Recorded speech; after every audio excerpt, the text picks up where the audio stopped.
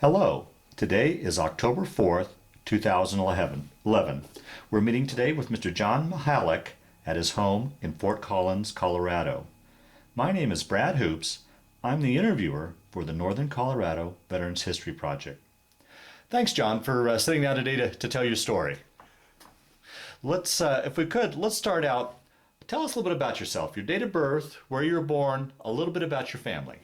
I was born in Nelsonville, Ohio, on November the 26th, 1919. And I came from a large family. I had 3 sisters and 7 brothers. And where did you fit in that order? I was the 3rd from the bottom. My youngest brother was Leo, next was Stan, and I was next. Okay. Then I had Bill, Alec, Joe, Ed, and my sisters was Rose, Julia, and Mary. Oh, we don't. And what did your father do for a living? My father came from Poland, and he was a coal miner over there.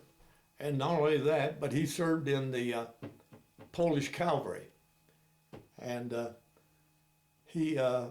when he came over from Poland in 1904, and then he came to Ohio and went to the coal mines and got a job there.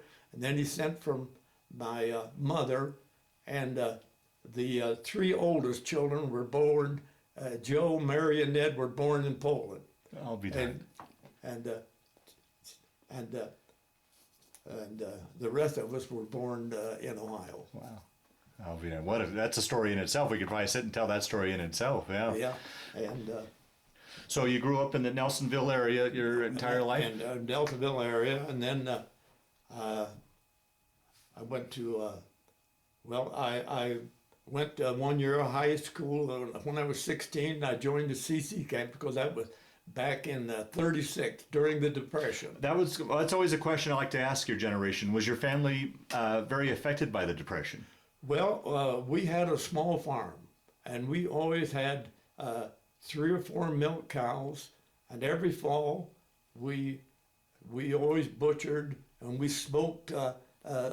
We always had a smokehouse, and we'd smoke a whole hog, and Mother made homemade sausages, and I remember hanging them on a rack out there in that smokehouse, and boy, when they were done, they were delicious. Darn. So then at 16, At 16, I went into the CC camp. Is that to help support the family? Was that the reason behind? Well, no, it was in a way because during back in the 36 to 37, my dad was laid off from work, so there was no income coming in, and I figured, well, that 22 a month was a lot of money, and so that's why I went into the CC camp. And you were saying off camera, you initially started at a camp close to home. Take us through your CC history. Well, first I went to Nelsonville, and then I wanted to go out west, so I a year later I applied again, and they sent me to South Central Oregon, which was we were right in between 2 cities. Burns was north of us, and it was 70 miles away, and then the other nearest town was Lakeview, which was down toward California, and it was 70 miles away. And our camp was called Camp Alkali Lake, because directly across from us was a dry lake bed, and it had snow white. It looked like soda, but the rest of that country around there was desert country, a lot of sagebrush and sand. But right behind us was a butte we called Gray's Butte, which was about 2,000 foot high, and so. Well, that must have been an entirely different environment than Ohio. Oh yeah, it was, and that's why when most of the enrollees that came out there, they very seldom stayed over 6 months, and I liked it. and I stayed 3.5 years. I'll be darned. I went out there in 1938, and I came home June of 1941. And 6 months later, I was in the Army Air Corps. So it must, I imagine, like many people in your generation growing up, you really probably didn't travel too far away from home, and now you're clear across the country. Was that exciting? Was there homesickness? What was it feeling for you? Well, I always wanted to come out west. In fact, when I was about 12 years old, there was another fellow, one of our neighbors, and he was my age, and he wanted to go out west too. That was back, he was 12 years old, and we were taking canned goods and putting up in our attic, because we had a 12-foot rowboat, fishing boat. We were going to go out west. We planned on getting in this rowboat. Right in about a quarter of a mile from our house was a small creek called Monday Creek. We were going to put our boat in Monday Creek, go down the Monday Creek to the Hocking River, and then the Hocking emptied into the Ohio, and then we were going to go west. But my younger brother found our cache of food up in the attic and told our parents, and that ended our western trip. Oh, great story. And so that was, and then when I went in the CC camp out in Oregon, I got on the surveying crew, and I was there a week, and I was sent to down to the motor pool one weekend on Saturdays to help do some work down there, and the general foreman, his name was Jack Brandt, a real Irishman. When I introduced my name to him, John Mihalek, he said, "Oh, Halleck, boy, you're a real Irishman." He said, "Your name is Mike." From then on, all through my 3.5 years, no one ever called me John. It was Mike. Well, I had other names too, because one time we were playing ball, and I got hit in the thumb here with a ball, and it really tore it up. And I had a fellow on our surveying crew. He wrote the camp newspaper. So when I got that busted up, I didn't think much of it, and he started calling me Iron Mike. And then later on, we had two fellows. One of the foremen had a crew of men out in a hot summer day, and they were cutting juniper trees for fence posts. And the water truck was late getting out there, and there was two fellows that said, "No water, no work." So they sat in the shade, and the foreman turned them in to the superintendent and to our commanding officer, who's a reserve officer, Army officer. And so the next day, the commander and the superintendent of the BLM, which was the Bureau of Land Management, and that's who we did all our work for. And they said, "John, we want you to stay here in camp," and I was a field leader, and get a tub of water and put it out there in the shade with a dipper, and I want you to take these two fellows out there, and we had a whole stack of barbed wire, bales of barbed wire, and each bale of barbed wire weighed about 80 pounds, and there must have been at least 150 bales stacked pretty high. And so they said, "We want you to take these two guys out there and put them to work on that barbed wire, and whenever they wanted to drink of water, call them over, give them a dipper, have a drink of water, but make them move that whole stack of barbed wire." So about 1 o'clock, they had moved it, and they figured they'd take the rest of the day off. And I said, they said, well, what do we do? I said, well, let's move it back. So I kept them working, and I said, anytime you guys want to drink water, come over here and drink all you want. And I kept them working till 3:30, and it was time to take them back to the barracks where they could clean up in time to dinner. And from then on, if anyone refused to work, the foreman would threaten and said, we're going to give you to Mihalek and his barbed wire. So my nickname was Barbed Wire for a long time.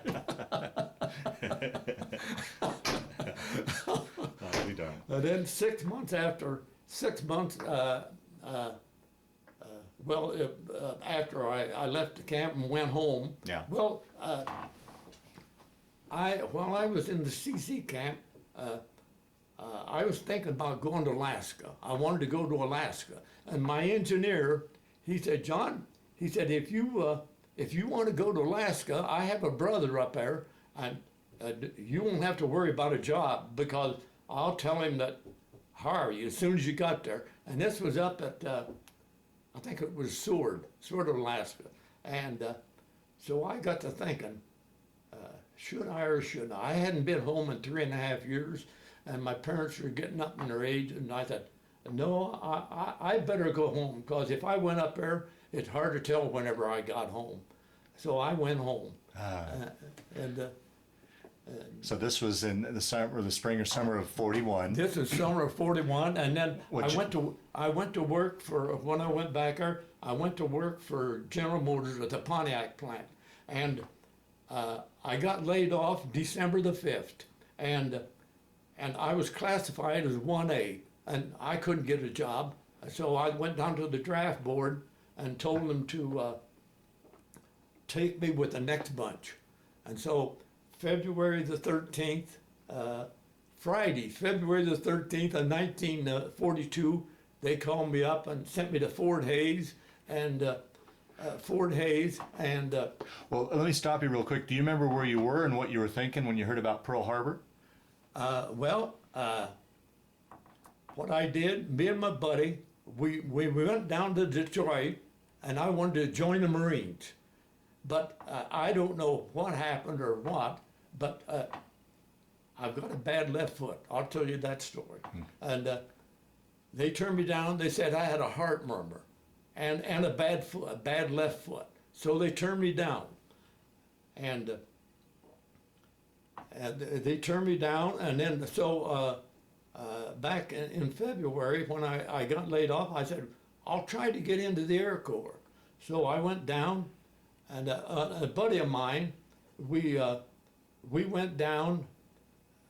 No, I went down to get into the Air Corps, and they accepted me. And that's when they sent me to Fort Hays. Now, why did you choose the Air Corps over the other service branches? Well, I've always was interested in airplanes. Okay. Yeah, I was. Okay.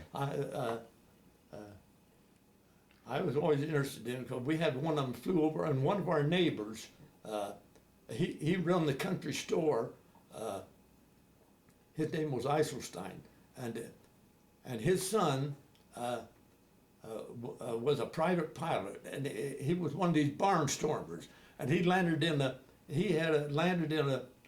the field. It was halfway between our home and the store, which was about a mile away, and he landed there and was giving people rides, and that was my first. I was around 12 years old. Wow. And so that was my first go with airplanes, and I was really interested because, man, it was. I didn't have enough money to get a ride or anything, but I watched a lot of takeoffs. Oh, wow. And so I was really interested. That's why I wanted to get into the Air Corps. Okay. So then how long after you were called up before you shipped off to Fort Hays did you? Well, when they called up, I went directly to Fort Hays. Oh, did your folks see you off? Do you remember that day when they saw you? No, folks, Fort Hays was about 60 miles away from our home. And there was a bus that took about a dozen of us from that area to Fort Hays. And we took our examination, and they give you a test there, a test. I don't know what kind of a test they call it. Like an IQ test or an IQ intelligence test, yeah. And I did pretty good on it, real good. In fact, my score was 110.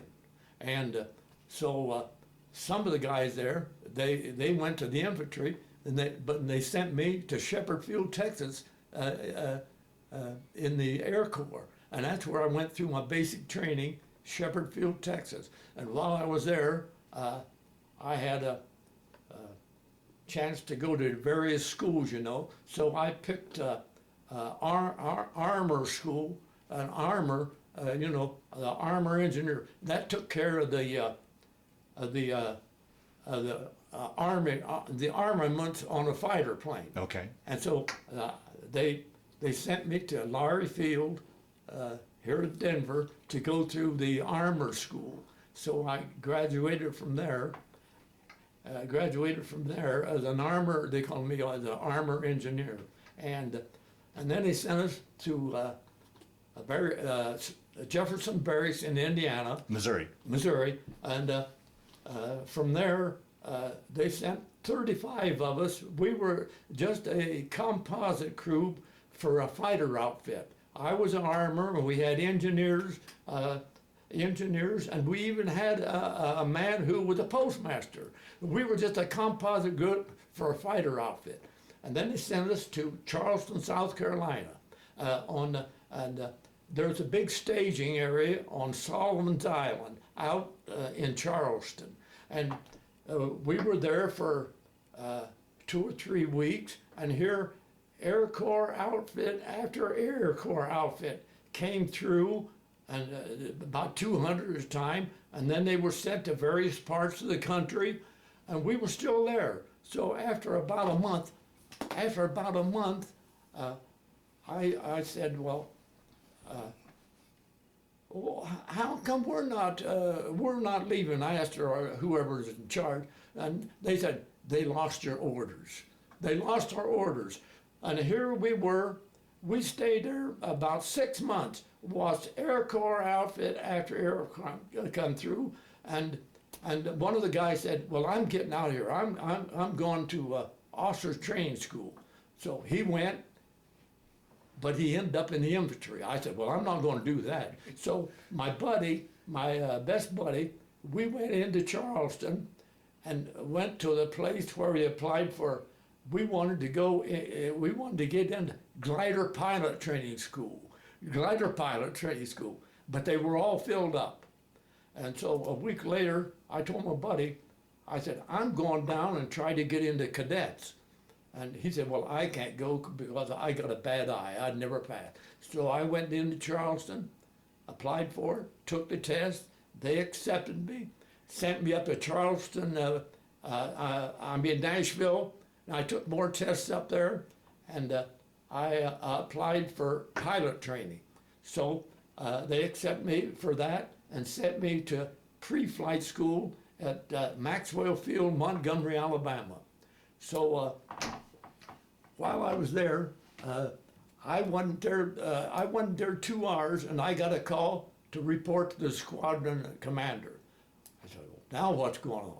So I went to the squadron commander, went in, saluted. He said, Mihalek, can you drill men? I said, no, sir. He just looked at me and he said, well, I think you can. He said, you start tomorrow marching the men to class. And I'd never drilled men in before in my life.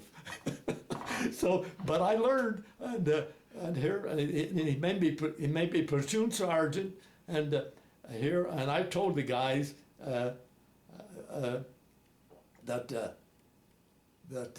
I said I'm not too good at this. I said you have to bear with me, and well, so I caught on to it, and I did a good job, and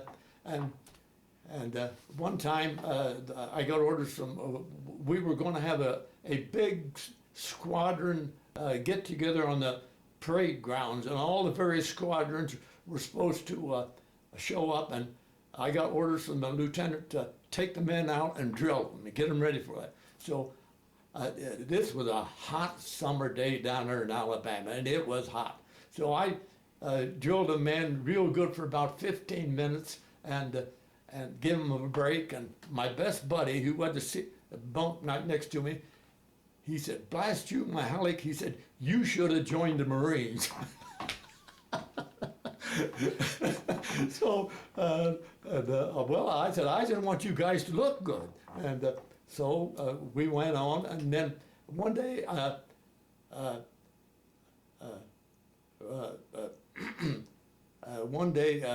went out there when I was an upperclassman, and the lower classmen always had to be out on the parade on the street, standing at parade rest at least 10 minutes before the upperclassmen would come out. And the upperclassmen would come out and go through and do things. When I was an underclassman, there was a young fella that came, one of the upperclassmen came to attention in front of me. So I come to attention, and he said, "Sound off." And I sounded off as Cadet John NMI Mihalek. And he said, "Oh, so no middle initial, huh?" He said, "From now on," he said, "when I stop at attention in front of you, your name is John Naoma Maria Isabella Mihalek." So the very same next day, I knew he was coming. He stopped in front of me, and he said, "Sound off." And I said, "Cadet John Naoma Maria Naoma Maria Isabella Mihalek," without cracking a smile. Then he would grin and go on.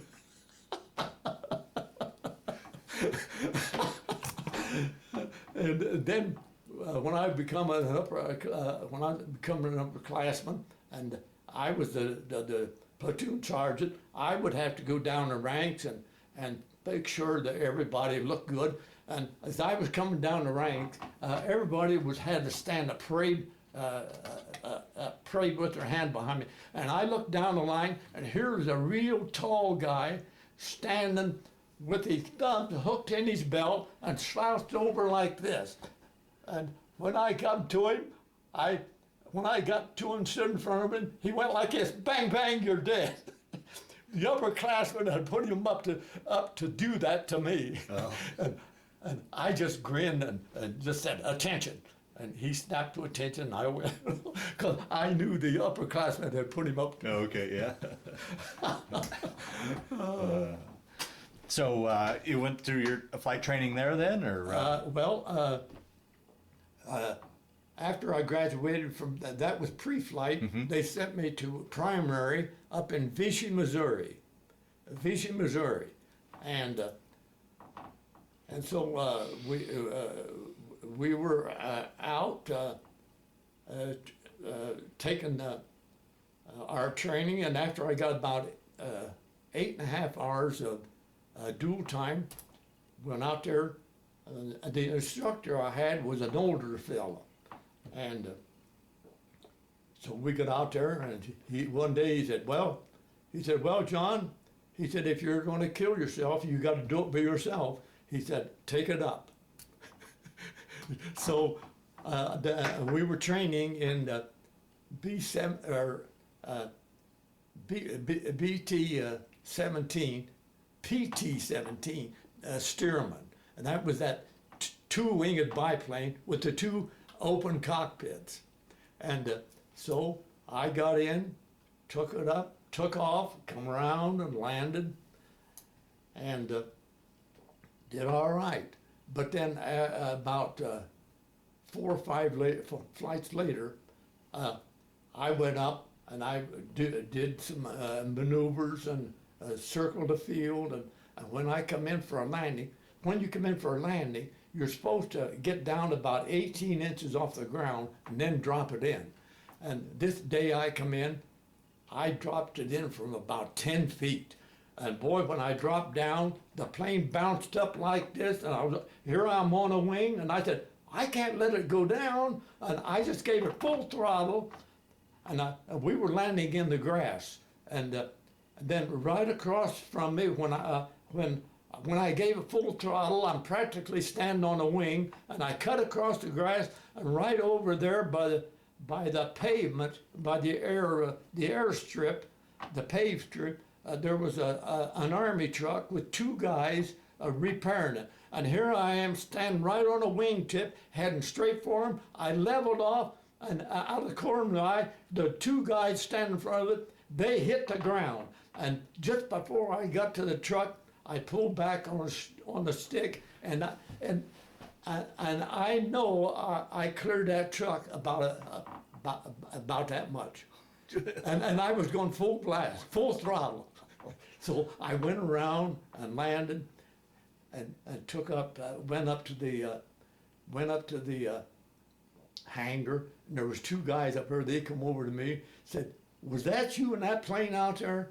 And I said, "Yeah." Said, "You scared us to death." I said, "Well, I wasn't too excited. I was pretty excited myself." And then later on,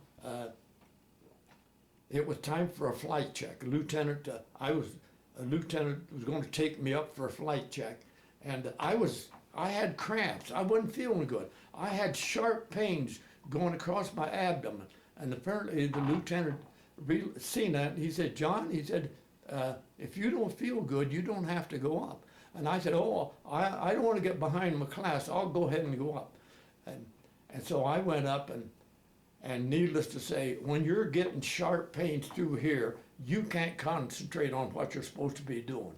So when we landed, the lieutenant said, "John, you can fly all right, but you're just a little too mechanical." He said, "I hate to do it, but I'm going to have to let you go." Oh, no. And he said, "What do you want me to do?" I said, "Well, send me to gunnery school because I want to stay in flying." So he sent me to gunnery school at Tyndall Field, Florida, down near Panama City, and I graduated from there. And then I sent out to Salt Lake City at Wendover Field, and that's where we got our crews together. And I was made a nose gunner on a B-24. Now, during this time when you're zigzagging all over the country, did you ever get a chance to leave to go home at all during this time period? I didn't go home until, let's see, when did I get a chance to go home? I think I went home for Christmas when I was in pre-flight school. I got to go home for Christmas, and then after I got washed out. Was that disappointing to get washed out? Were you pretty disappointed? Oh yeah, I was disappointed, but really, that's the best thing that happened because hard to tell what could have happened later on. But you'd be surprised.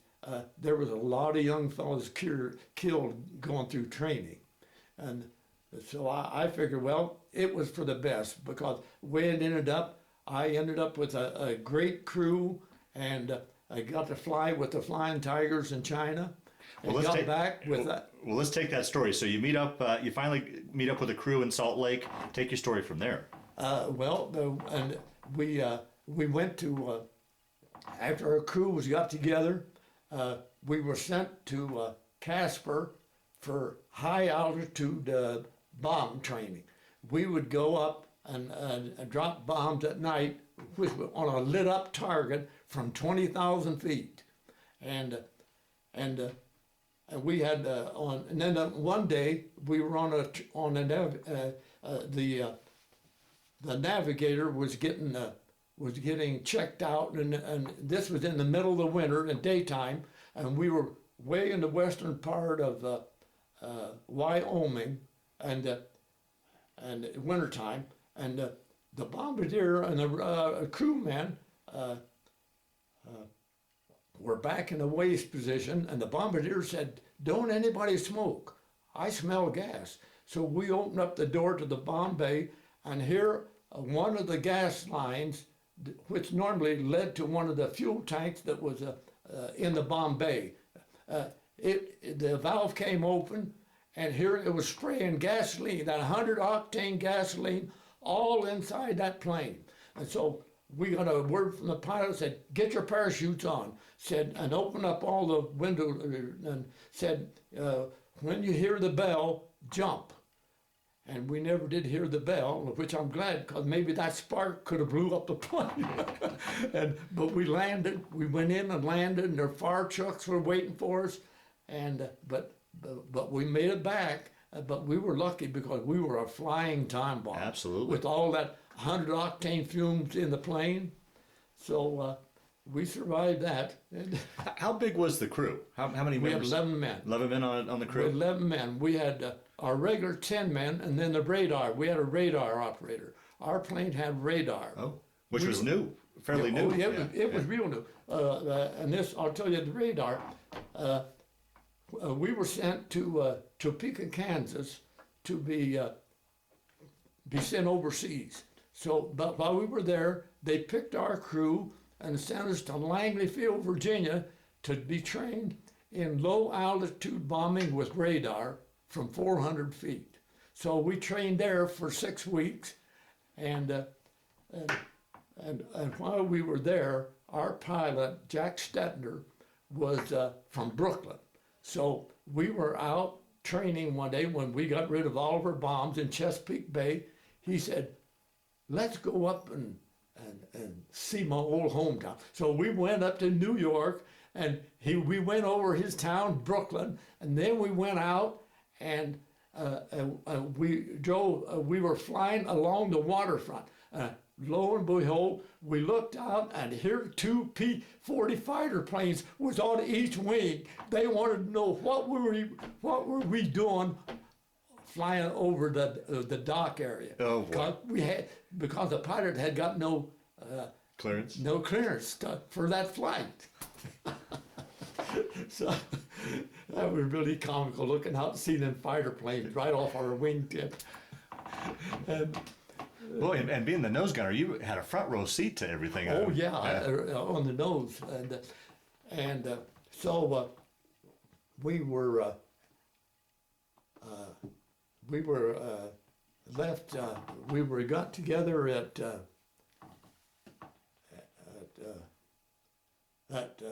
we got together at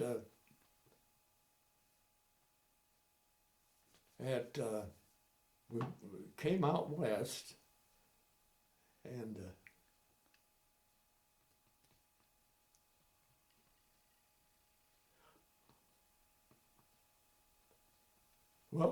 then we were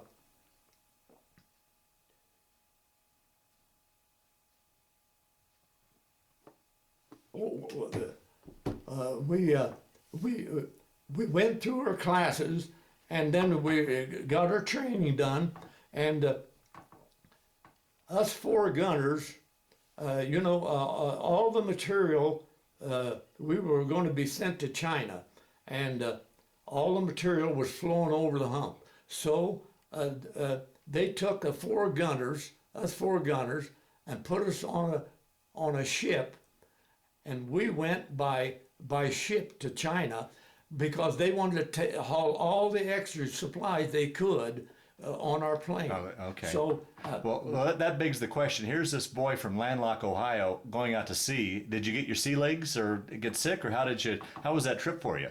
Well,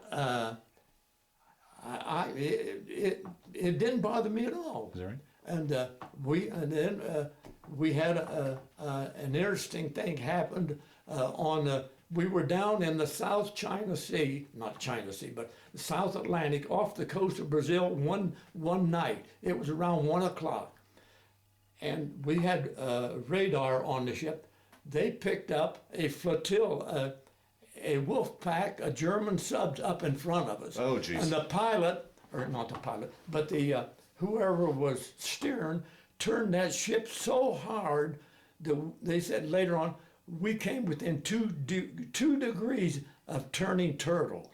And boy, all the garbage cans came sliding across there, and you never heard such a racket. And the guys that were sleeping on the top bunk, it was warm down there off of Brazil, and and a lot of them fell out of the bunk. They turned it so hard. And so the rest of that night, we headed for the coast of Brazil, and then we turned left and went on down and came into, about one day out of Cape Town, a British destroyer came out and escorted us in. Wow, I'll be darned. And then when we left there, we went around the Cape of Good Hope, landed at Durban for a few hours, and then went on up while we were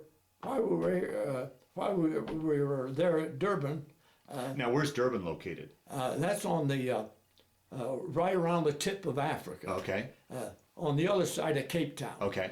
And while we were there, we had an 18-hour pass. And so while we were there, so when we went into town, the first thing I wanted, we went into the big hotel and got a good meal, you know. And so while we were there, that part of South Africa was a lot of Dutch. So we got acquainted with some girls, and they invited us out to their home. So the four of us was walking out to their home. They told us where it was, and it was about a half a mile out from where when we were walking out there, a fellow stopped us and said, "Are you young fellows going to be out here after dark?" And we said, "Yeah."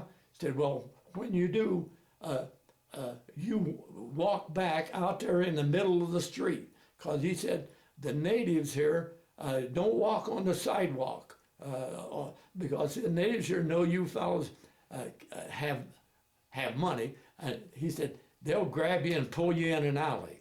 So we said, we thanked him, and we went up to the girls' home, and they had a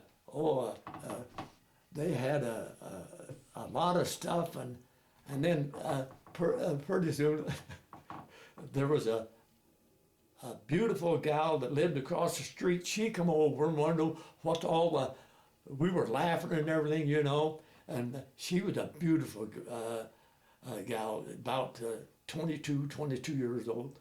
And how old were you at this age? At this point? I was 22. Okay. I was 22. Okay. And so the minute she come in, I got hold of her, and I was talking to her, and we were told that the last bus that run was 10 o'clock. So this gal came over about 9:45. Oh. And so we were talking, and she said, "Would you like to go over and see my home?" And man, oh man, I sure wanted to go over there. But here I look at my watch; it was 9:15, and we were a block from the bus stop. So I told the guys, I said, "You know, that bus runs in 15 minutes.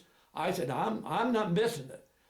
But man, I hated to leave that gal, but I'm not missing that bus. So I run down. I had, before I got there, the bus pulled up and took off. Oh, no. And man, oh man, Jesse Owens couldn't have caught me. I took off after that bus, and I caught it at the next block.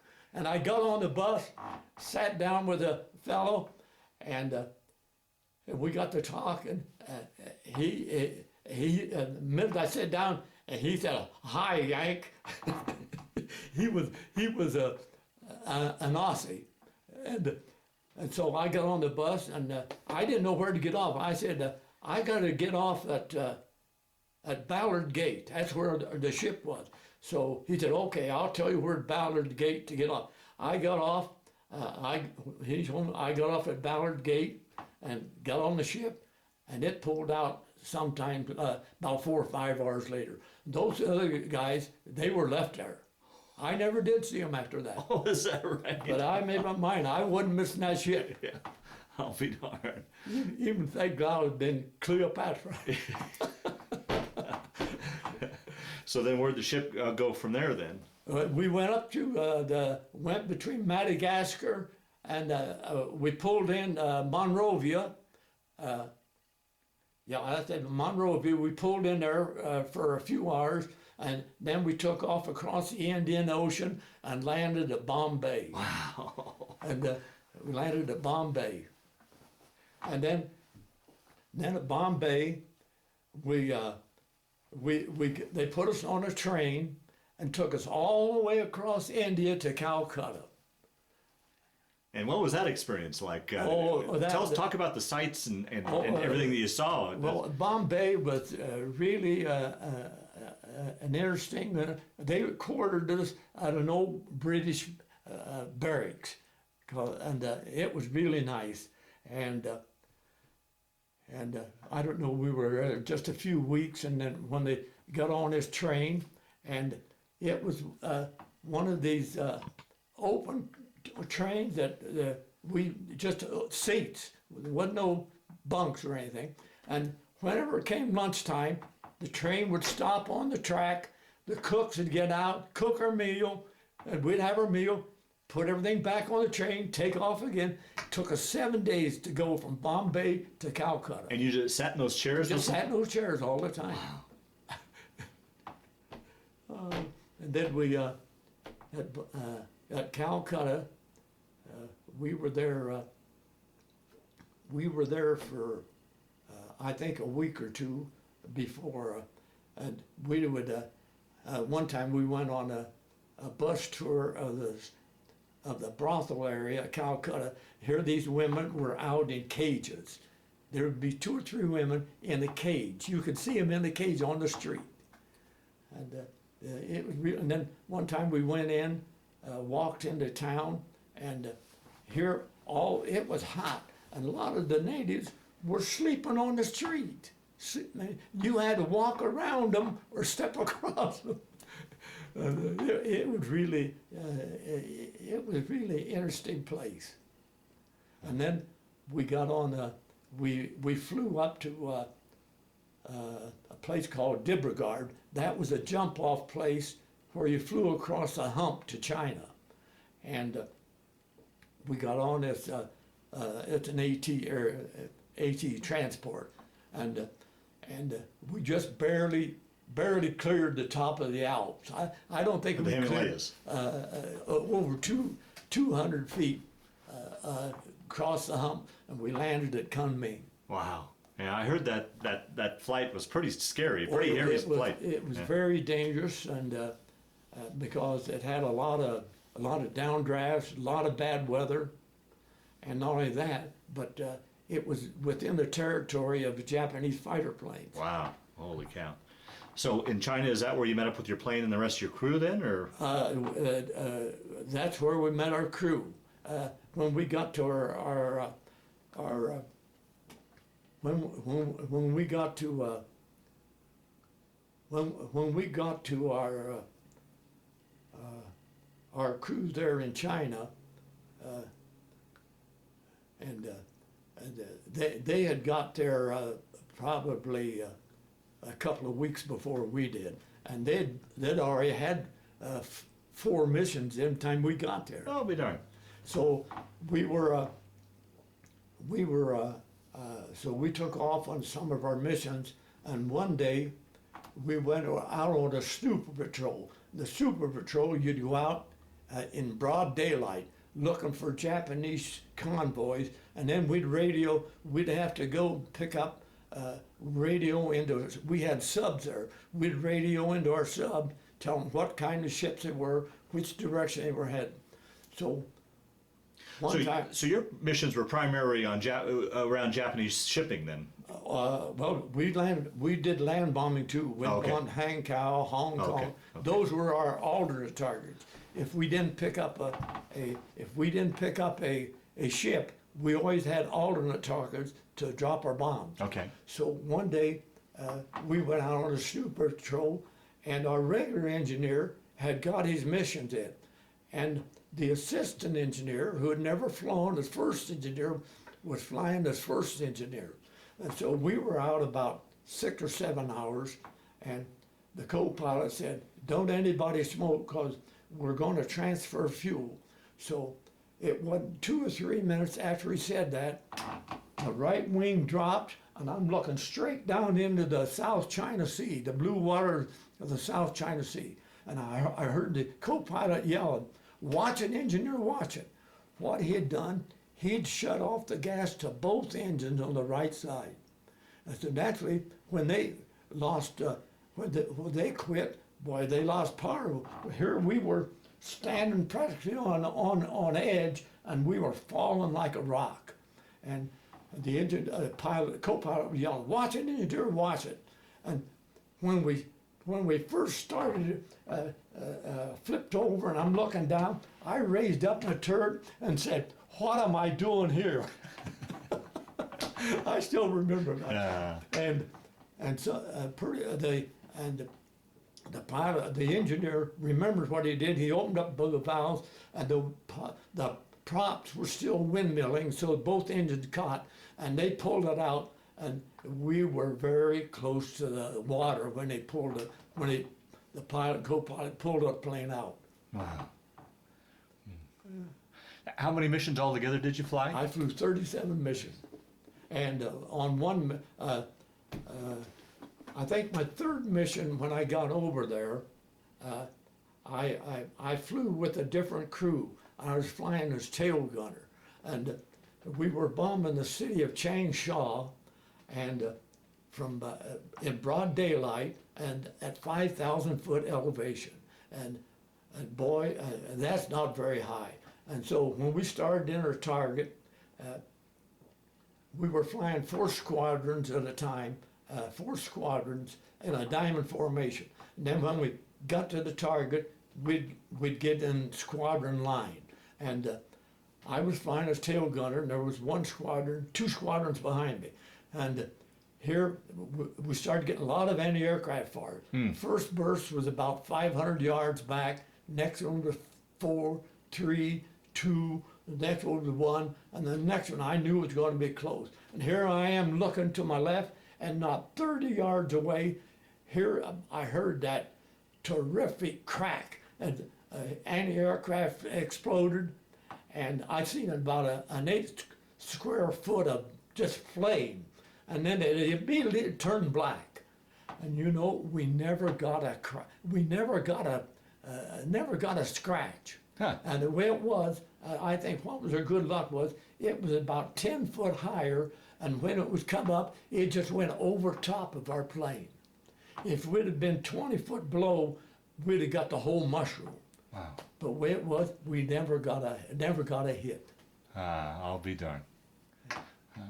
Along with you talked about that when the engineer cut off the fuel. In any of those 37 missions, was there any other missions where you thought, geez, I'm not sure we're going to make it through this, be it mechanical or attack, or talk about some of the missions, some of the various missions you went on, I guess. Well, we bombed Hankow one night, and that Hankow was really one of the hard. It was a big Japanese naval base on the Yellow River, and so we went in there, and we went in from 28,000 feet because it was we went in there from 28,000 feet, and when we were coming over the city, it was just a solid ring of anti-aircraft fire coming up at us, and luckily a lot of the lights. They never picked us up. They picked the planes up in front of us, but they never shone on us. So, and I'm sure glad. But that whole city just had a ring of anti-aircraft coming up. Oh boy! But none of us got hit. But we bombed Taipei one night. We went in there, and the 2 planes in front of us. We had a lot of anti-aircraft. 2 planes in front of us, they got shot down, but we never got a scratch. Huh. I'll be darned. We never got a scratch. Well, what was it like up in the airplane, particularly when you're high altitude, because it wasn't pressurized, it wasn't heated? Talk a little about what it was like flying in this. I mean, it sounds like it was very noisy. And oh yeah, it was noisy. And when you fired your guns, M50 caliber machine guns, your ear was about a foot from the gun, and boy, it was loud. And one time we were on a mission, and we got jumped by a lot of Japanese fighters, and here they would go way above us, and they'd dive down us, dive down at us, and shooting at us. They'd come down, and then they'd dive under us and come up the other side. And one of these Jap fighters came down under these, came up the other side and turned and was coming right straight toward me. And I shot a couple of bursts at him, and a P-51 Mustang got up underneath him, and when he turned his guns loose, it was just like he goosed that fighter. It flipped up in the air and it went down. And I couldn't follow him down, see whether he crashed or not. But I'm sure when that P-51 Mustang turned those 650 caliber machine guns on, he probably killed the pilot. Wow. Because it just went up like that and it down. And I had to keep my eye on the other fighters that were jumping, so I never did see him crash. Wow. But I'm glad that P-51 got him, because he was coming really right at me, just a firing. Wow. Oh boy. What goes through your mind as you guys take off for a mission? I mean, not knowing what you're going to get into, and knowing it isn't probably going to be good. I mean, do you prepare yourself? Well, how do you prepare yourself for something like that? Or you're young, and you really don't. You really didn't think much of it. is that right? Yeah, you really didn't think much of it. Well, what about then when you guys got back to base and you're laying in your bunk and you got time to kind of decompress and just think about it? Does that flood back to you at that time? Well, when we landed, there was the first aid attendant there, and he gave each one of us a double shot of whiskey. And I couldn't drink it. I was heading for the mess hall, and there was one of the mechanics. He was there, and so when I get my double shot, I gave it to him. And whenever I was on a mission, he knew when I was going on a mission. He was right there. I'd always give him my double shot. Well, talk a little bit about what life was like on the base as far as your living conditions, the food, and such. The food was good, and it was a lot of the food was oxen, and because that was their native food. So and they were the beast of burden, and we'd always say it was tough as a mule. But it was good food. We had good Chinese cooks, and it was good food. So did you have much? You talk about the Chinese cooks. Did you have much interaction with the local natives at all? No, we never had any at all. Yeah. No, we never had any at all. And a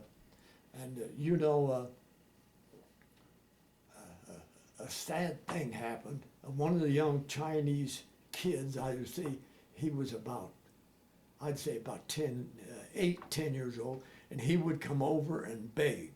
And the Chinese didn't like that. And he was doing that, and one day they caught him doing it, and they took him out and they hung him. Really? It was really sad. So, but then in India, boy, you never seen so many beggars. They would say, I forget what the word was for begging. But India had a lot of beggars. The Chinese wouldn't put up with it. Wow. I mean, I'm looking at, as you're telling your story, here's this farm boy from Ohio. Now, I mean, you've traveled all over the United States. You traveled to around to Africa, to India, to China. That must have been fascinating to see all that. It was really interesting. And you talk about trips, I'll have to tell you later on when I went to the Flying Tiger Convention. Okay, yeah, we'll definitely talk about that. Yeah. And so we completed our missions, and did you have a required minimum amount of missions? we had to fly 400 combat hours. Oh, hours. Okay. That's why our pilot Jack, he had to fly 44 missions before he got to come back. And then one of the saddest things that happened while I was there in China, right across on the other side of our field was a fighter squadron. And and the lieutenant colonel was the commanding officer, and he and his wingman, a captain, they had 7 new pilots came in, and they took them out for their first mission, and the colonel and his wingman, they had orders to go home for Christmas. This was December the 15th. And they took them out, and they had a good mission. And so when they come back, they buzzed the field. And they buzzed it once, and then the second time when they buzzed it, the lieutenant colonel, his plane went into a slow roll, and I don't know what happened. When he was upside down, he pulled the stick back in his lap and went right into the ground. And his wingman, he went into it like that, and he was started down, and he tried to pull out and couldn't make it. He crashed. But these new pilots, the first guy, he seen what happened to the colonel, and so he started that way, but he leveled off and went right on. They went on around and landed. Here, these 2 experienced pilots had orders to go home for Christmas, died in crash. Holy cow. That was really terrible. That was really terrible. Boy, you really stop and think. And one time, my buddy who was next door to me, he was out on a mission, and I knew just about when he was supposed to come back. So there was 4 or 5 of us, went up to the radio shack, and we were sitting around, and pretty soon the radio man came out, and he said, well, said, you guys might as well go back to your barracks. Said, the last word we got from them is that they were under attack and their plane was on fire. And that's the last we ever heard from them. And needless to say, when we were walking from the radio shack to our barracks, none of us were saying anything because we were thinking, tomorrow we would be out there. Oh, jeez. I don't know how a person could sleep that night thinking with that on their mind. You know? Yeah, we didn't say, we never said a thing. All we doing was thinking, said, tomorrow we'll be out there. Wow. Did your base ever come under attack at all? Oh, yeah, well, not our base at Luliang, but one time we were on a mission,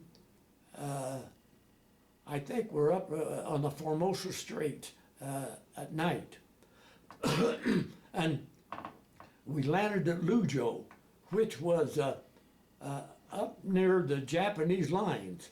And we landed, and we went up to mess hall, had our dinner, and went back and got into our bed. At about 1 o'clock, here the Japanese came in, and they were bombing the other side of the field. And boy, we all jumped out of our bed, and our belly turret gunner, Bill Nelson, he was on the top bunk, and he was on the lower bunk, and I was on the top bunk. And when we went up to the mess hall that night to eat dinner, he ate 18 eggs. He ate 18 eggs, and about an hour or 2 later, oh, did he get sick? Oh, he was vomiting in his bunk, and that's when the Japanese came and was bombing the other side. Here he was vomiting and sick as a devil. And I said, come on, Bill, you got to get out there in the trench. He said, I'm too sick. He said, I'll die right here.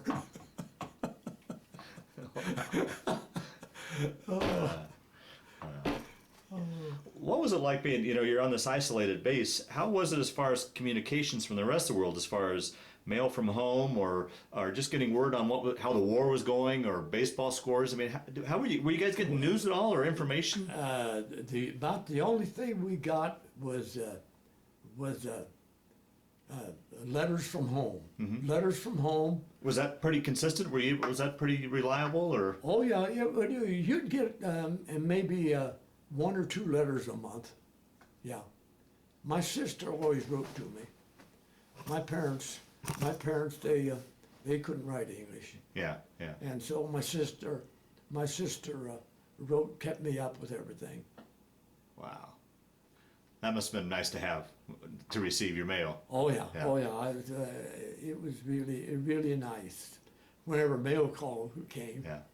And I imagine when you wrote home that you had to be careful what you wrote. It was censored. Was your mail censored at all? Oh yeah, the mail was censored, and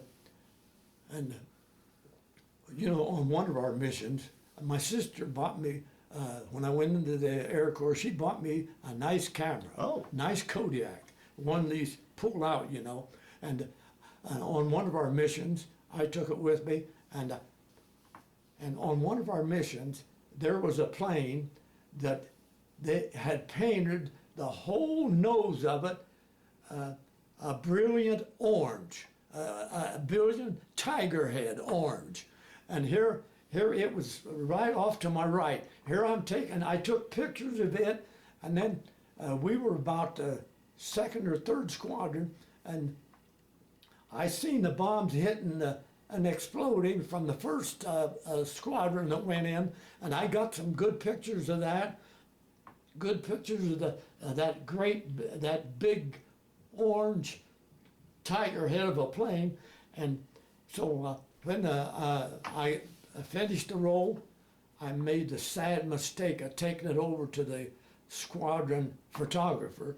He developed them. He said, "You can't have these because these are restricted."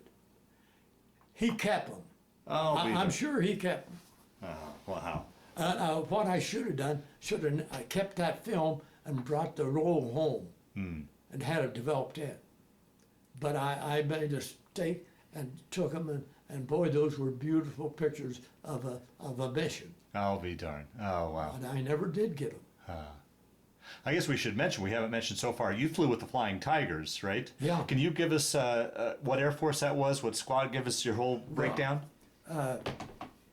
The Flying Tigers were, well, you know, the original AVG, American Volunteer Group. There That's was right. 100 of them. They were flyers from all the Corps, Marine Corps, Navy, and they went there. But they first landed in Rangoon. They did a lot of fighting around Rangoon, and they didn't get to China until a week after Japan had bombed Pearl Harbor. And then several squadrons went up to China. And so when war was declared, why the 14th Air Force, Chenault, he was in charge of the AVG. He was put in charge of they formed the 14th Air Force. Now, did you ever get a chance to see him or meet him? I never seen Chenault. Oh, okay. But at one of our Flying Tiger conventions, I went in to, I think it was in New Orleans, and I went into the lobby, and there was a fellow standing there all by himself, and he was out in the lobby, and I went up to him and I started talking to him, and he said, "How you doing?" I said, "I'm doing fine, having a great time." And then they opened the door to the mess hall, and it was time for the banquet, and so I walked in with him, and he kept going on up to the main aisle. In fact, he walked right on up on the stage, and I went over and I found my crew, and I sat down with my crew, and my co-pilot said, "John," he said, "do you know who you was talking to out there?" I said, "No." He said, "Well," he said, "that was General Stone, who took over from General Chenault." Oh, is that right? And here I am talking to him. I didn't know who he was. Yeah, I'll be darned. So you're with the 14th Air Force. Break down the squadron and I was with. We had in the 14th Air Force, we had 4 squadrons. The 373rd, which I was a member of, 374th, the 375th, and the 425th. The 425th was based in Kunming, and the others were based at other fields. But I was first at Yankai, which was a very short field. It was only 4,500 feet long, and we were flying. The elevation there was 6,600 feet, and so which is thin air. And when we took off from that field there at Yankai, the pilot would lock the brakes and he'd rev all 4 engines up, and we were just vibrating. We would take off like we were on an aircraft carrier. Yeah. And then we would just barely clear the rice paddies. They'd take off. And then later on, we were transferred to Luliang, which was built for B-29s. It was 10,000 foot runaway, and they were paved. And it was a joy to fly from a 10,000 foot runway. I'll be darned. Before we move on to continue on with your story and your post after you finished all your missions, you talked about a mission before we got on the camera where you did some low-level bombing. Tell that story where you dropped the 3 bombs, I think it was. That... We were, we had radar on our plane, and so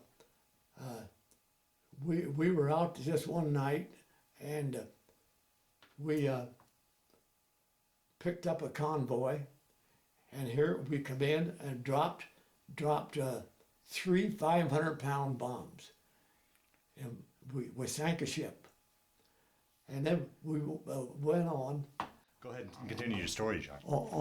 On this one mission, we were sent out in broad daylight. They call it snooper patrols. We were looking for enemy convoys, and we had radar on our plane, and so we picked up this one enemy convoy, and we dropped 3 500-pound bombs on the ship and sank it. And then we picked up another convoy, and our radar could reach out to 20 miles. And the Japanese, they were having their convoys at about a 20-mile distance apart. So we had just dropped our bombs on one ship, and here another convoy showed up, and we dropped 3 more bombs on another ship, sank it. And then we picked up another convoy and dropped 3 bombs on it and sank it. On this mission, we sank 3 enemy ships. I'll be darned.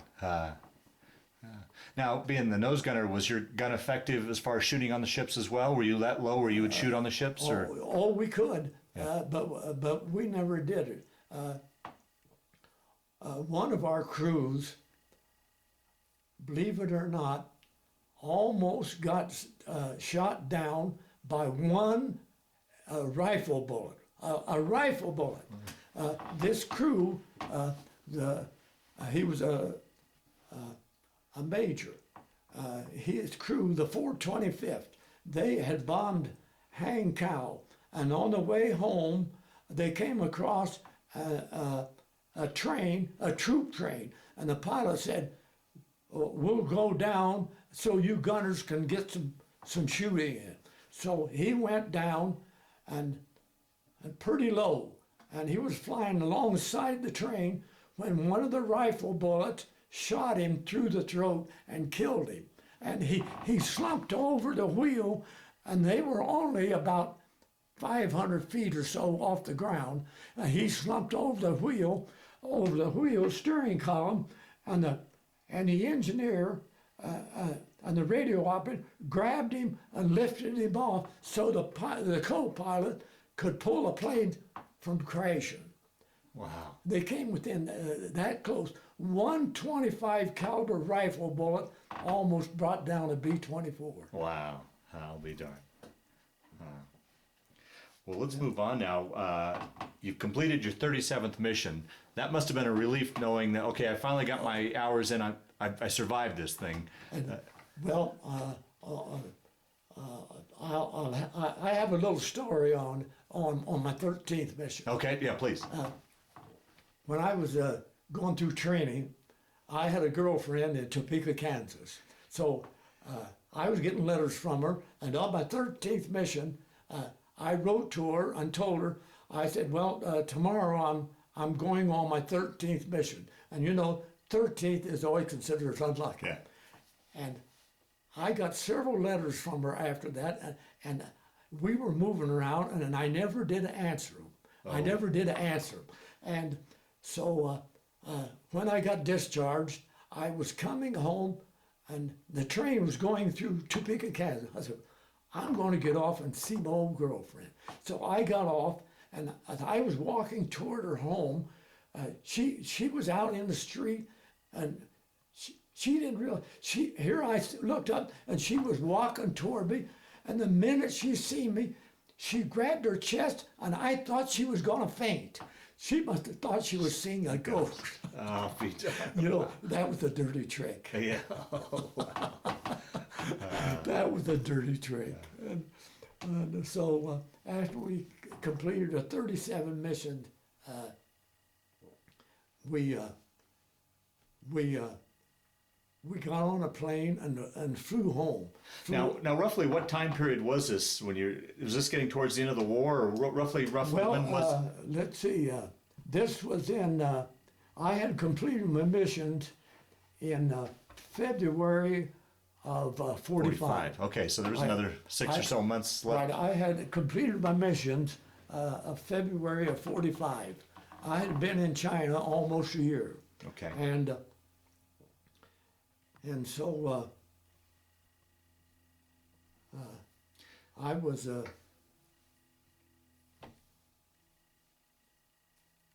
We got on the plane, and we flew across the hump.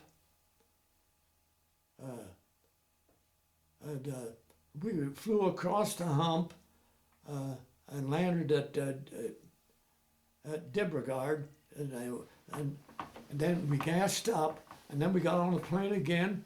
And as we were coming up on the city of Agra in India, the pilot said, "Get your cameras out." Said, "This is where the Taj Mahal is." So he said, "We're going to go down." So he went down and flew just a few hundred feet over the Taj Mahal, and we got some beautiful pictures of the Taj Mahal. And then we went on and flew across to India and landed at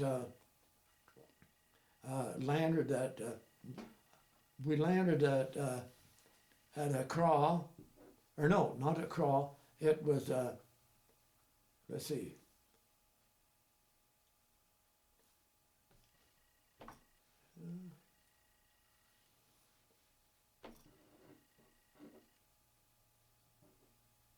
I forget the name of that. Well, that's fine. So we landed there, and then we flew into Africa, and landed in Khartoum.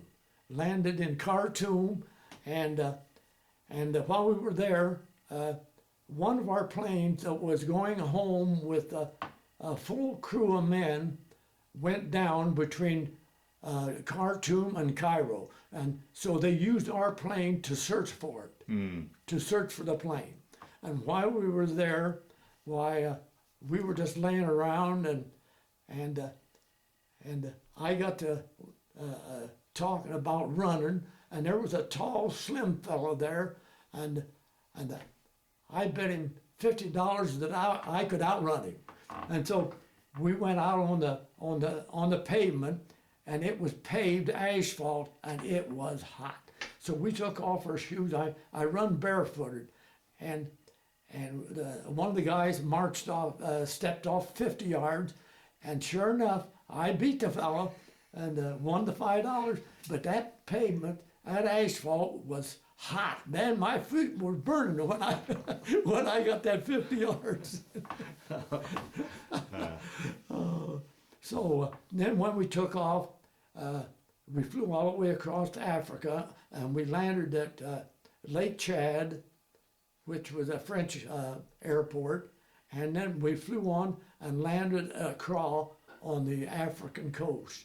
And from then we took off across the Atlantic, and we landed at Ascension Island.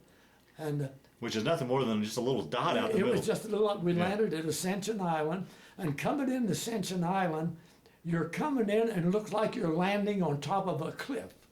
So we landed there, and then we flew off across the Atlantic and landed at Natal, Brazil. Then we headed north and landed up at Georgetown, and then at Trinidad, and landed at Miami, and we were home. How long did how long did it take you to get home from? I think Roughly. it was only about 7 days. Is that right? Yeah. Yeah. Wow. So about 7 days. It must have been nice to be back on American soil Oh again. yeah. And we were real happy. Yeah. I've always, doing these interviews, I always, guys that were overseas like that, always talked about being overseas and having cravings for something while they were there that they couldn't have. Was there anything once you got back to the States that you couldn't wait to get? A milkshake or a hamburger? Or, do you remember that at all? I really never had a craving for Okay. anything. Okay. Never had much of a craving. But So then you're back in Miami. Take your story from there. from Miami,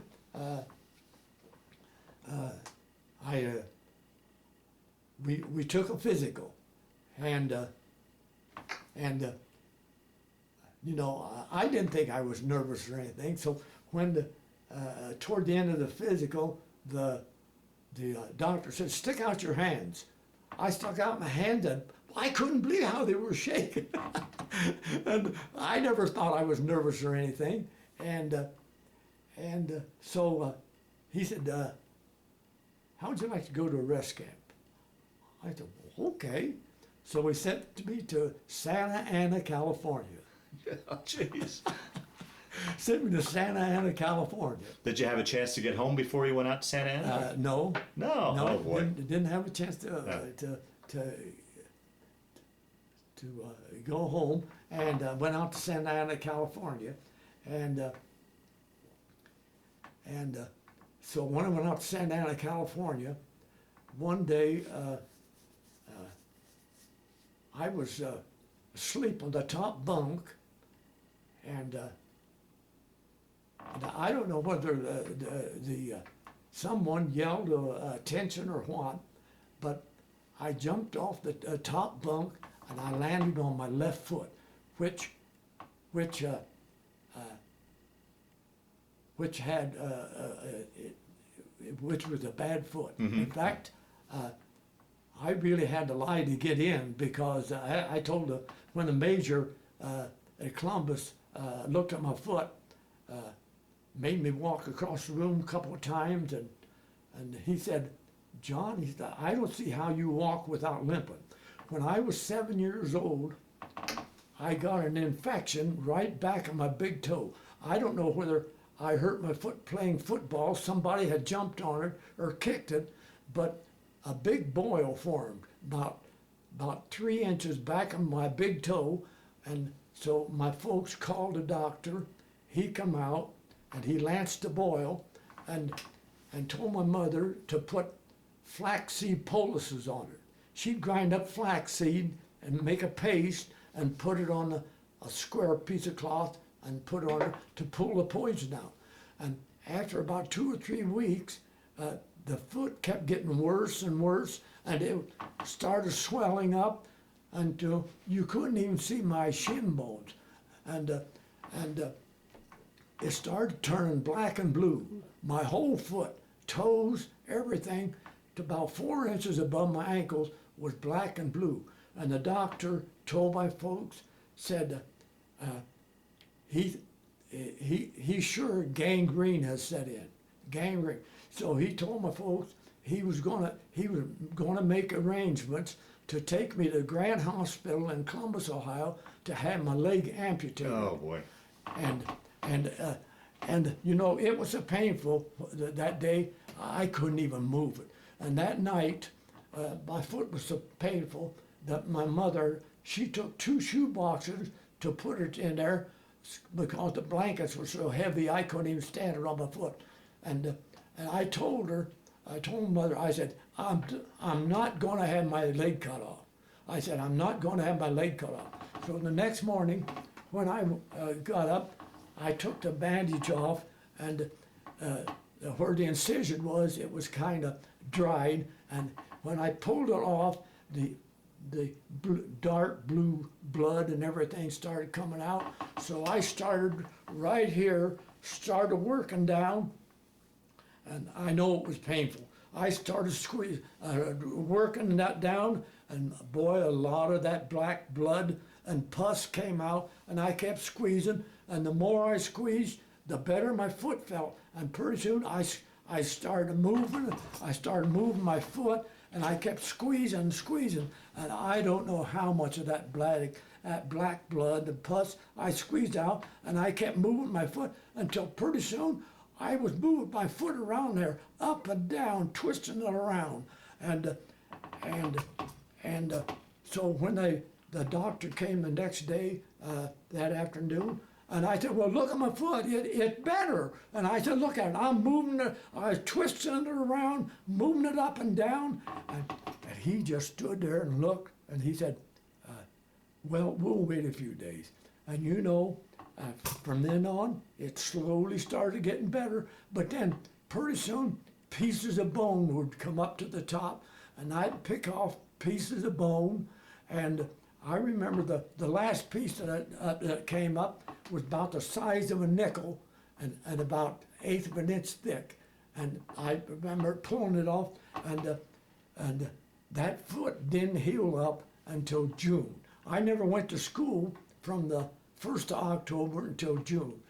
Never went to school, because it took it that long. My younger brother and older brother would bring all my lessons home, and I would study, take all the tests, and I was in the 3rd grade, so I went on to the 4th grade. Wow. And it was July before that foot healed up. Oh, and it never bothered me until you jumped out of that bunk? Until you jumped out of well, that no, bunk? when I was in the CC camp. Oh. When I was in CC camp in Oregon, I was chipping stone, and a chip flew off and hit right into where that bone came out. Infection set in again. And so we didn't have no doctor there, because our doctor would make regular visit to each camp. So when the doctor come in one night, he was a little Armenian fellow, and he come in late at night, and he looked at my foot, and it was swollen, and it had a big infection boil. He told the first tater to put me up on the gurney, and he said, you wrap your arms around his leg, make sure he doesn't move it. So here I am laying on the gurney, and with the first aid attendant having my leg in his arms, and he held it when the doctor made a big incision, and it took about 6 weeks for it to heal up then. And then that was when I was in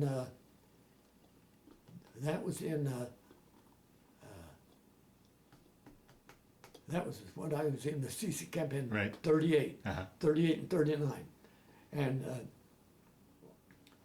And then in 55, my foot started swelling up, so I went to the hospital, and the doctor x-rayed it, and they took the swelling down by putting hot towel compresses on it. They did that for 3 or 4 days, and they got the swelling down.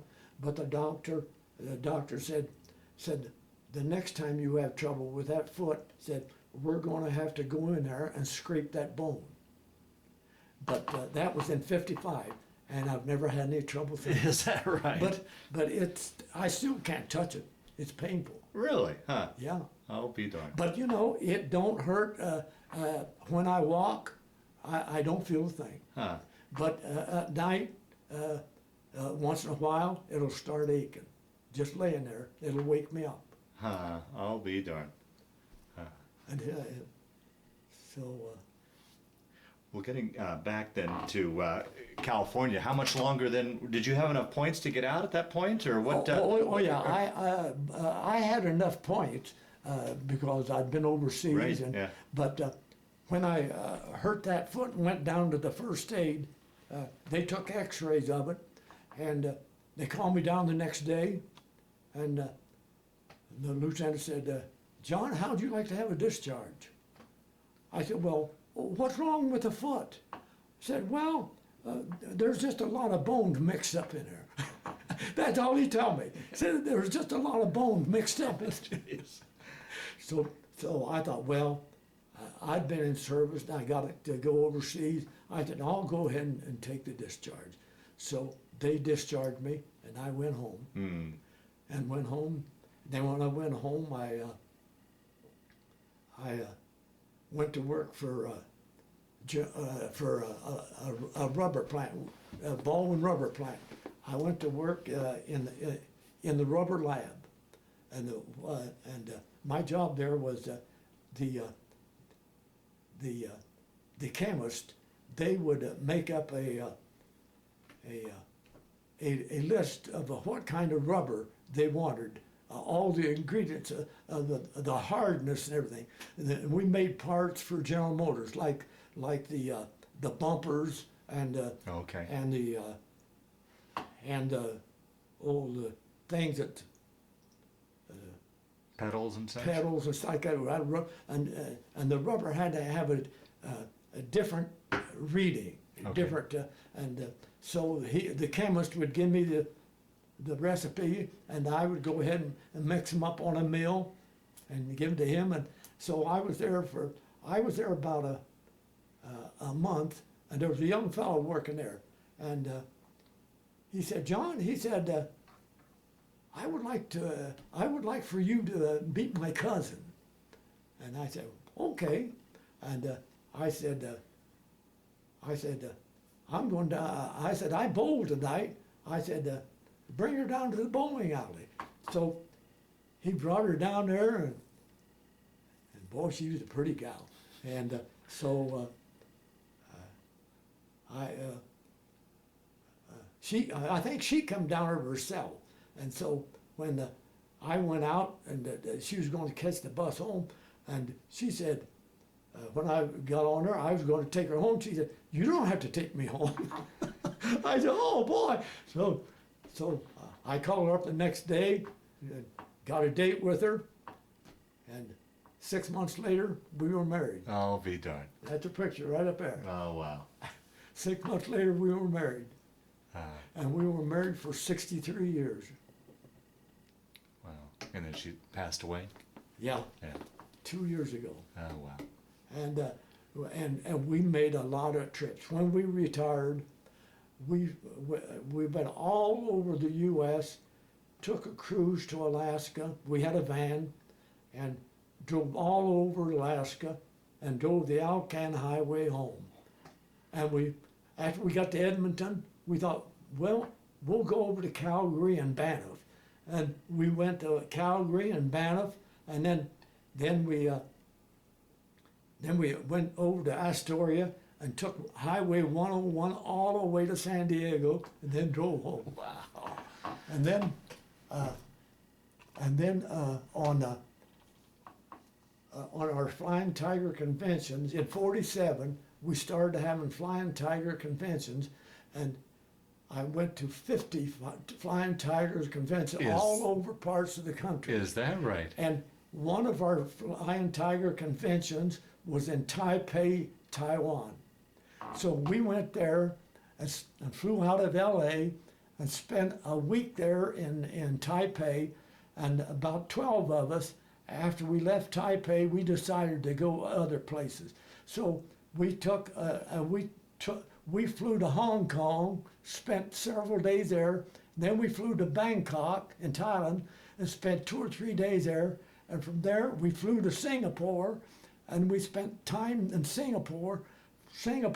We flew to Sydney, Australia, and then we flew over to northern part of New Zealand and took a bus tour all the way to the southern tip of New Zealand. And there, the southern tip at Mumford Sound, we got on a cruise ship and went down there and got out into the Tasman Sea, turned around, went back up. Oh, wow. And then we left New Zealand, flew back to Brisbane, Australia, and from there, while we were there, we went into an ice cream place, and we were getting ready to pay, and the owner said, "You don't pay nothing. You fellas saved us." Wow. They wouldn't take a penny from us.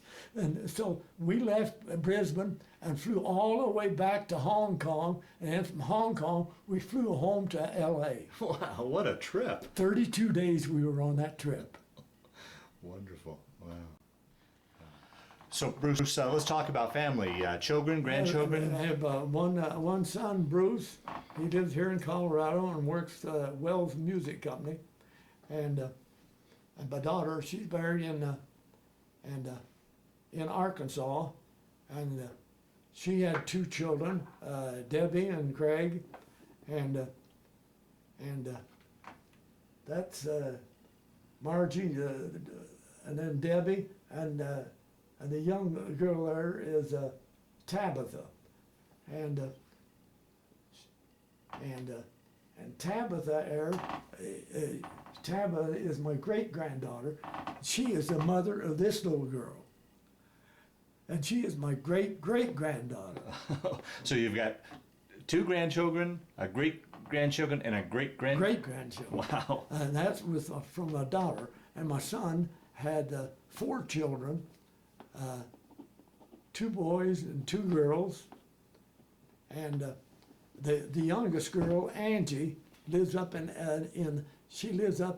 Seattle, Washington. She and her husband wanted to get married in Maui. So in July, the 22nd of this year, me, my son and daughter-in-law, we flew to Maui for the wedding. Oh, nice. We spent a week in Hawaii. Oh, wonderful. And the oldest daughter, the oldest granddaughter has 2 children, and the others, they don't have any children yet. Okay, so altogether you've got 2 children, 6 grandchildren, 3 great-grandchildren, and 1 great-great-grandchild. Yeah. Wow. Oh, wow. Well, John, we'll start to wind down this interview. Is there anything I didn't ask you that you'd like to talk about, or any other stories that have kind of floated to the top as we've been talking here that you want to talk about? So hopefully we've covered your story, or do you think we've done a pretty good job of it? I think we covered pretty well everything. Okay.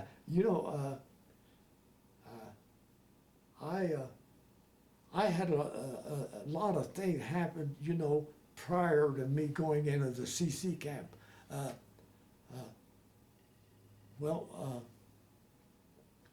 The first thing that happened when I remember all the way back when I was 4 years old, I was out, this was in June, and I was outside, and there was a lot of June bugs, and I was going into my neighbor's home to get a drink of water, and just as I stepped on the threshold, a great big June bug grabbed me by the big toe, and I kicked real hard, and I can still hit the ceiling of the living room.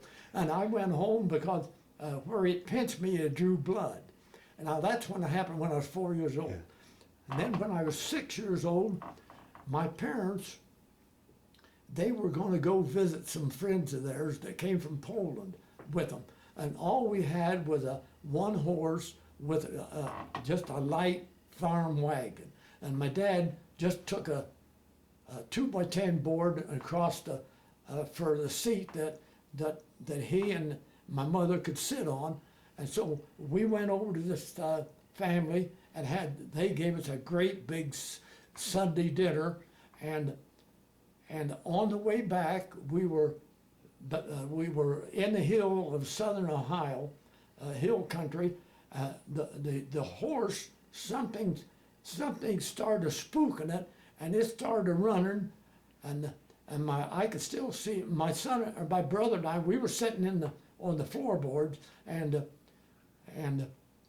I can still see my dad standing up, rearing back on the reins, and that horse kept going faster and faster. Then it got into a full gallop with that wagon. And then we came to a steep hill, and here that horse ran down that steep hill at a full gallop, and there was a highway there. It crossed the highway, and there was a deep ditch there, and over that there was about a 5 or 6 foot embankment and a deep, steep hill that went down into a deep ravine with a lot of oak trees there. And when that wagon hit that, I can still feel that jar. When it hit that ditch and it jumped over that embankment, it threw every one of us out of the wagon. And when it must have knocked me out, because when I opened my eyes, I was laying on top of that embankment, flat on my back, and I looked that way, and about 40 foot away, first thing I seen was that crazy horse swishing its tail. It had run between 2 trees, but the wagon was too wide, and it stopped it. Wow. And then I looked off to the right, about 25 foot away, and here was my dad. He was raising my mother up to a sitting position, and she was dazed, and she was looking around, and she couldn't see my younger brother. And so I got up, my dad got up, and looked around, and I looked in the wagon. I looked all around. Then I went over on the other side of the wagon. Here he was, hanging upside down. He'd gone up in the air, and when he'd come down, his pants had caught on the brake handle. Here he was, hanging head down between the front and back wheel. And so my dad picked him up and lifted him up off the brake. Wow. If that horse hadn't run between that tree, he probably would have been killed. Yeah, I'll be darned. And I don't know how my dad ever unhooked that crazy horse and got that wagon back up on the highway, because I don't remember any people stopping. And he unhooked it and got that wagon up on the road, and I'm not sure. I think my mother and brother, we walked home behind the wagon. Yeah, I'll be darned. And so that happened when I was 6 years old. And then when I was 7 and 8, that's when I almost lost my leg. And then when I was 10 years old, I went out to look for cattle, bring the cows in for milking one morning. And as I was walking along the hill, there was a swale in the path full of leaves. I stepped in the middle of that, and the minute I stepped there, I knew I had stepped on a snake. And boy, I jumped. I was barefooted. I like to jump up into a tree. And when I turned around, here come crawling out in those leaves was the biggest copperhead I'd ever seen. So I grabbed a rock and killed it. I hit it on the head and killed it. And I threw it down by the road. There was a road there. And we had a little farmyard, a farm where we grew potatoes and corn. And then later on, when my folks and brothers and sisters was gone down there to work in the garden, I showed my father that great big copperhead, and he just shook his head, because he knew how dangerous they were. And I must have stepped on its head, otherwise it would have bit me. Oh, wow. And I'm sure I would have lost my leg or died, because if it had bit me, the worst thing I could have done, I would have taken off running for home. And that was the worst thing I could have done, because that would just spread the poison. Yeah. And so that happened when I was 10 years old. And then when I was 12 years old, my buddy and I, we were going down to Athens, Ohio, where they had a big fair, which was 14 miles away. We got out on Highway 33, hitchhiking, and a car stopped. And after we looked at the driver, we should have never got in the car, because he was dead drunk. And he was kind of dozing like this, and he looked at me and he said, "Didn't I pick you up once before this morning?" I said, "No." He said, "Okay, get in." And so we got in. We should have never got in. And here we took off, and he didn't drive fast, about 45 miles an hour, but we caught up with the car, and just a great big curve in the highway. And I could see up in front, here come a semi truck. And here we come, we were coming up to this car, and I thought he would pull in behind, and stop. But as we got up to the car, he pulled out right into the other lane, and here come this semi. And my buddy, who was in the back seat, he was yelling, "Hold her, buddy, hold her!" And here come that semi, and I am practically paralyzed because we were on a 2-lane road, but right in that very spot was a filling station, and for about 200 feet, the road was perfectly flat, and that semi driver, he was on the ball. He cut that trailer completely off the road and went around us and come back in on the highway. If we'd have been 200 foot down the road, he would have had to hit us head on because there was a guardrail with a deep ditch. That station with all that clearance was right at the same spot. Wow. That happened when I was 12, and when I was 15, I was coming home from town one day, and we lived about 3 miles out of town, and I was out in the dirt road, and as I was walking along this dirt country road, 2 fellows, young men, jumped out and stopped me. They blocked my way, and the bigger guy, a bigger guy said, "We got you this time, and we're going to fix you good." But while I was talking to him, I noticed the younger fella reach in his pocket, and he pulled out a big pocket knife, and he opened up the blade, and I took my eye off the big guy, and I looked at young fellow that had the knife in the eye, probably with a mean look. I said, "If you don't put that knife away, I'll make you eat it." And he got a funny look on his face. He slowly folded the blade, put it in his pocket. And then the bigger guy said, "We're going to let you go this time, but we better not catch you out here again." Both of them stepped aside. I walked on home. Wow. But needless to say, I wasn't scared. I figured if they started anything, I'd have tore into them like a hungry coyote on a jackrabbit. But I'm sure glad the guy folded, because I didn't want to fight no guy slashing at me with a knife. Yeah. Because the nearest house was 1/8 of a mile away. Yeah. And so that was what happened when I was 15 years old. And then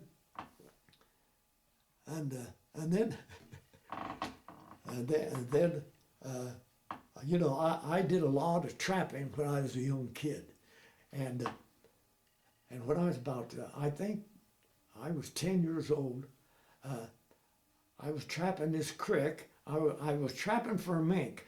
It would snowed, and I trailed this mink into where it went into a hole on the bank, and I set the trap there. And when I went to check it the next day, here I had a great big German police dog, and it was mean, and it was just a snapping and a snarling at me. And I said, "How in the devil can I get that dog?" So I took my hatchet and cut a sapling down about that big around, about 8 foot long, with a fork on the end. So I took the fork and I got the spring in it, and I compressed it, and the dog was pulling, and it pulled his toes out of there, and it jumped up on the bank, and it turned around and snarled at me and snapped its teeth. And I waved that big pole, and I said, "Get out of here." And I knew where it was. It went to a farmhouse, and it took off. So you had your fair share of danger even before you got in the war. Oh, yeah. And then another time when I was this Monday Creek flooded, and it was about 40, 50 foot wide, and it was flooded, and the fields had about 2 to 3 foot of water in it. And I don't know what ever happened to me, but here the water was just boiling, and it was muddish, and old dead trees and snags were coming down there, and I got up in the forks of that old home, that bridge. It had, you know, the steel girders on them, on each side, and I jumped into that water, and I was by myself, and I don't know why I did, and I really couldn't swim. All I could do was dog paddle. I went down that stream at least 200 yards, and I was back, and I dog paddled where the trees were, because I knew they were out of the main channel, and I let down in water. It was about 2 foot, and I don't know whatever made me jump into that creek. I can see if there were some kids there daring me, you know, but I was all by myself. Well, let me ask you, I always like to ask one last question on these interviews. How do you think your war experience changed your life or affected your life, or did it? Or was it just simply just a chapter in your life you went through? How do you think you would answer that? I would think it was just a chapter, because it really never bothered me or anything, you know. And I was never afraid. And about the only time that I ever said anything is when we lost those 2 engines, and I just raised up and said, "What am I doing here?" And that's about the only time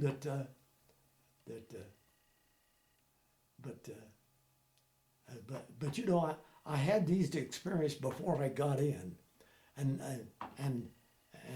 I was a field leader in a CC camp, so I was pretty well trained, you know. Gotcha. Yeah. Yeah.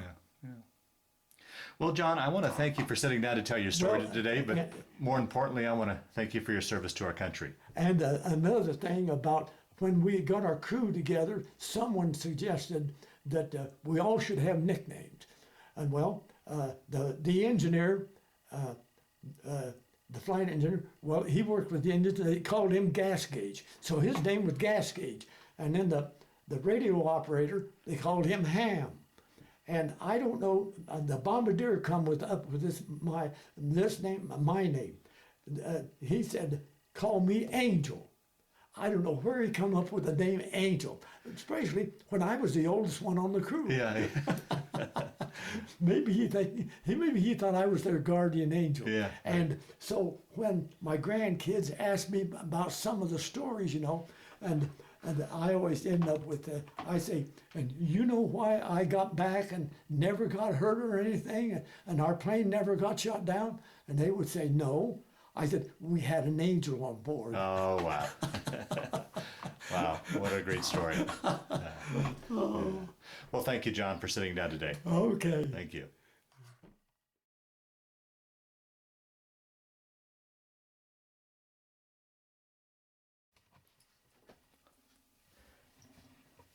John, describe this big frame you've got here and what's all on here. This picture was taken while I was in China and in India. This picture right here showed 2 Chinese. They were bringing water out of a channel into the smaller ones for the crops. And then this picture here was a horse was pulling about a 500 round stone. They were grinding. This was a great big stone grinder. They were grinding up food. And this was in China. Uh-huh. And this was in India.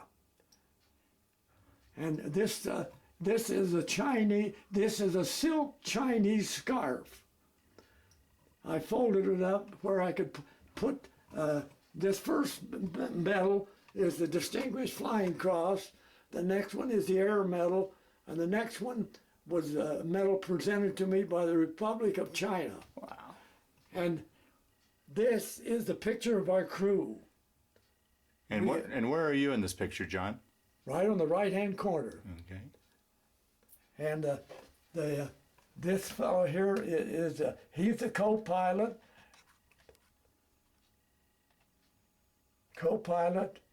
navigator, bombardier, the pilot. And this is me. I'm the nose gunner, engineer, radio operator, assistant engineer, tail gunner, ball turret gunner.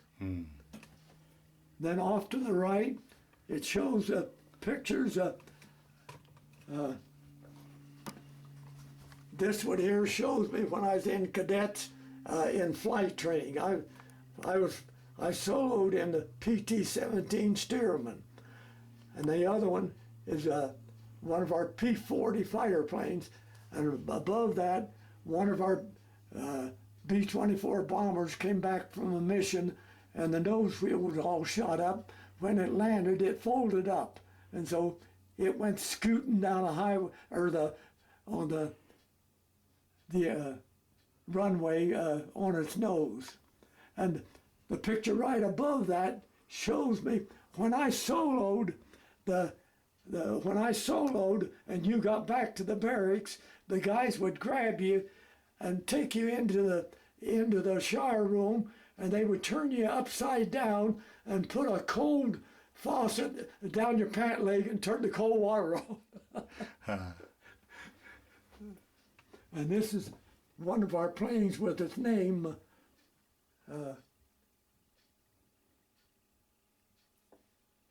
I can't think of its name. Ding Dong Dottie? Oh yeah, Ding How Dottie. Ding How Dottie. And that plane there that caught fire was crashed out at the end of our runway. And naturally, whenever planes crash, we always get on a truck and go down there and try to help them out. And in this case, we went down there, and when we got about 50 yards away, the plane exploded, and it was carrying probably about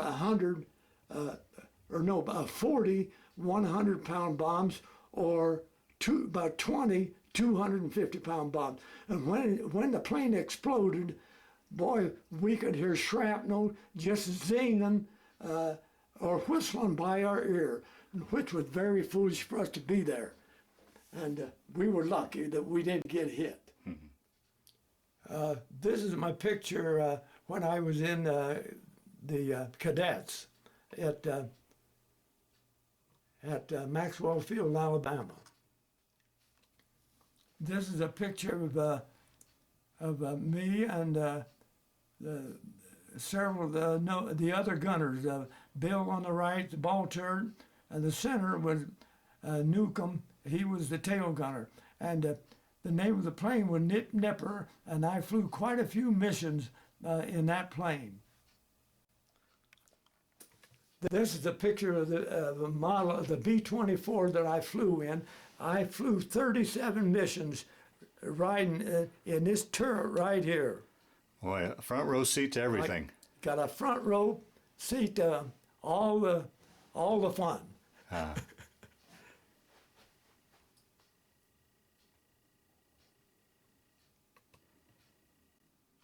Very good. This is a picture of my wife, Joan.